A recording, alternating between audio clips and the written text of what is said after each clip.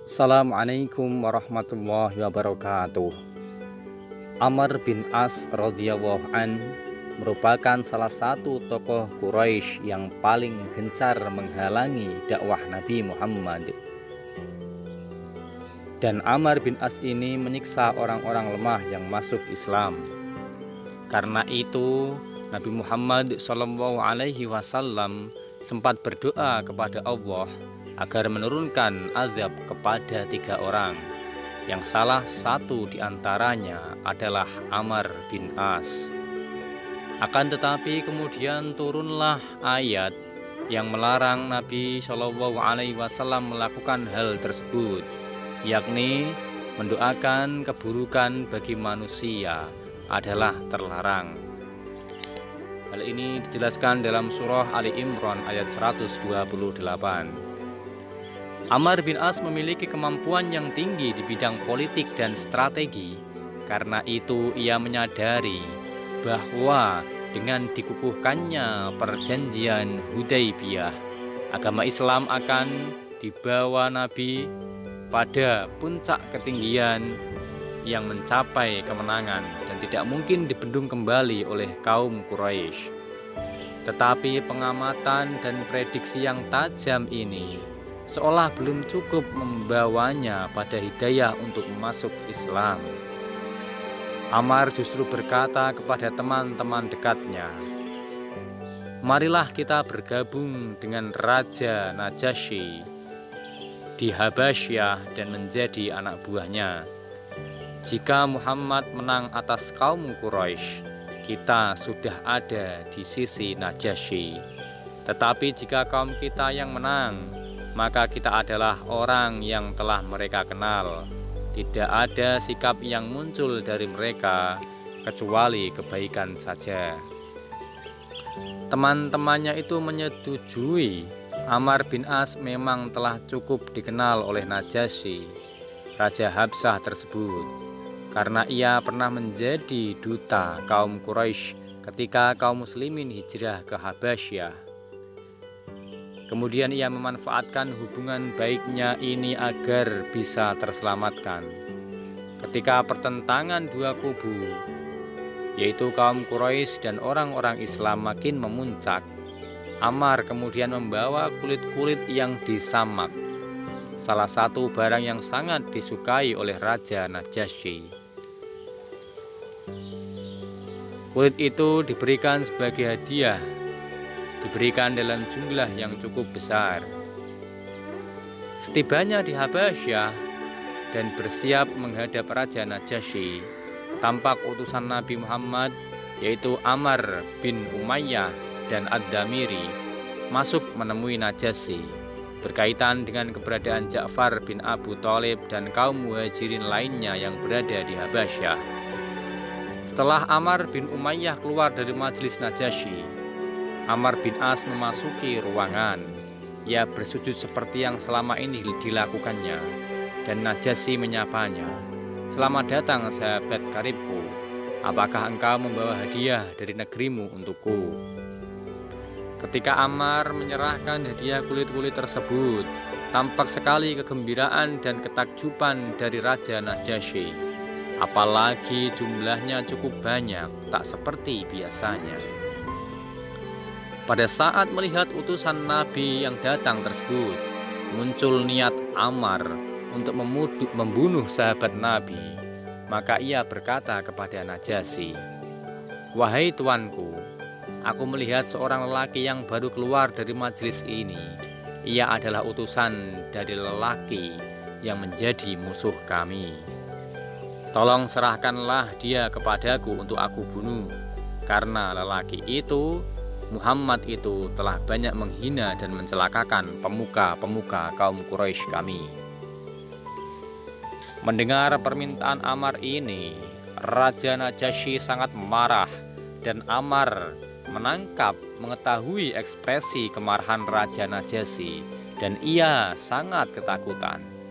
Kalau saja saat itu bumi terbelah menjadi 2, rasanya Amr ingin memasuki bumi tersebut agar terhindar dari kemarahan Raja Najasyi. Karena itu, Buru-buru saja Amar berkata, "Wahai tuanku Najasyi, demi Tuhan aku mengira tuan tidak menyukai permintaanku itu." Najasyi berkata, "Apakah engkau meminta aku menyerahkan utusan dari seorang lelaki yang didatangi oleh Jibril, sebagaimana ia datang kepada Musa agar engkau bisa membunuh utusan itu?" "Wahai Najasyi, apakah ia memang orang yang seperti itu?" tanya Amar. Amar bin As tentulah tidak mengerti bahwa setelah beberapa hari lamanya utusan Rasul tersebut tinggal di Habasyah, dan salah satu misinya adalah membawa surat beliau untuk menyeru kepada Najasyi untuk memeluk Islam. Dan ia, Najasyi, telah menyambutnya dengan tangan terbuka. Bahkan Najasyi telah mewakili Rasul melamar Ummu Habibah binti Abu Sofyan untuk menjadi istri beliau. Najasyi berkata, "Kecelakaan bagimu, wahai Amar. Taatilah aku dan ikutilah dia Muhammad, karena sesungguhnya dia berada di atas kebenaran, dan dia akan memperoleh kemenangan dari siapapun yang menentangnya, sebagaimana Musa bin Imran memperoleh kemenangan atas Fir'aun dan bala tentaranya." Mendengar ucapan Raja Najasyi tersebut, sepertinya ada kilat yang menyambar hati Amar, tetapi sekaligus membuka mata hatinya, hingga hidayah Allah Subhanahu wa Ta'ala akhirnya turun dan menerangi hati Amar. Amar berkata kepada Najasyi, "Maukah engkau membaiat aku untuk Islam, wahai Raja Najasyi?" "Baiklah," kata Najasyi, dan ia membaiat Amar untuk memeluk Islam.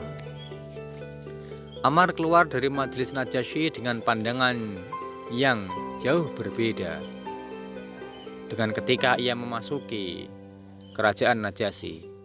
Tetapi ia masih menyembunyikan keislamannya dari sahabat-sahabatnya yang menunggu di luar, dan mengajak mereka kembali ke Makkah dengan dalih misi gagal.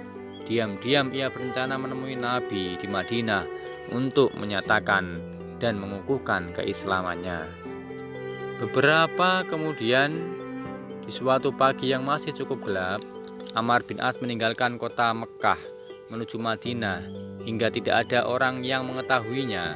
Tetapi ketika sampai di Haddah, suatu tempat antara Makkah dan Taif, Amar melihat dua orang telah berjalan mendahuluinya meninggalkan kota Makkah. Ketika keduanya beristirahat, salah satu dari mereka menambatkan tunggangannya dan satu lagi masuk ke kemah. Setelah makin dekat ternyata orang itu adalah Khalid bin Walid. Amar pun bertanya kepada Khalid, "Hendak kemana engkau, hai Abu Sulaiman?" atau Khalid. Khalid menjawab, kalau dia akan pergi ke Madinah menemui Nabi untuk masuk Islam. Tak lama kemudian, orang di dalam kemah keluar, ternyata dia adalah Utsman bin Tolhah. Amar gembira sekali karena bertemu dengan teman seperjuangannya ketika kekafiran, yang bermaksud sama untuk memeluk Islam. Mereka pun sepakat untuk bersama-sama menyampaikan baiat keislamannya di hadapan Nabi. Mereka bertiga sampai di Madinah di awal bulan Safar tahun 8 Hijriah, selepas waktu asar. Mereka mendekati Masjid Nabi. Tampak kegembiraan Nabi Muhammad SAW dan para sahabat-sahabatnya ketika melihat kedatangan ketiga sahabat tersebut. Beliau bersabda, "Mekah telah melepas jantung-jantung hatinya kepada kita." Sabda Nabi. Terdengar juga seorang sahabat lainnya berkomentar, "Seluruh penduduk Mekah akan tunduk kepada Nabi Muhammad karena kedatangan dua lelaki ini." Kemudian Amar merasa bahwa yang dimaksud dua orang itu adalah dirinya dan Khalid bin Walid. Pertama, Khalid bin Walid yang berbaiat kepada Rasulullah untuk memeluk Islam. Kemudian Amar menyusul dan diikuti oleh Utsman bin Tolhah. Amar berkata, "Ya Rasulullah, sesungguhnya aku berbaiat kepadamu agar diampuni dosa-dosaku yang terdahulu." Nabi SAW bersabda, "Wahai Amar, berbaiatlah karena sesungguhnya Islam menghapus dosa-dosa yang terdahulu, dan hijrah juga menghapus dosa-dosa yang telah lalu.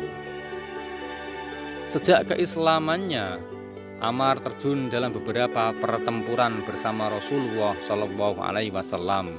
Tetapi jiwa pemimpin dan kelicinan strategi dari Ammar baru menonjol zaman Khalifah Umar bin Khattab. Bahkan ia terkenal dengan sebutan penakluk Mesir karena pasukan yang dikomandaninya berhasil mengalahkan dan mengusir pasukan Romawi di sana.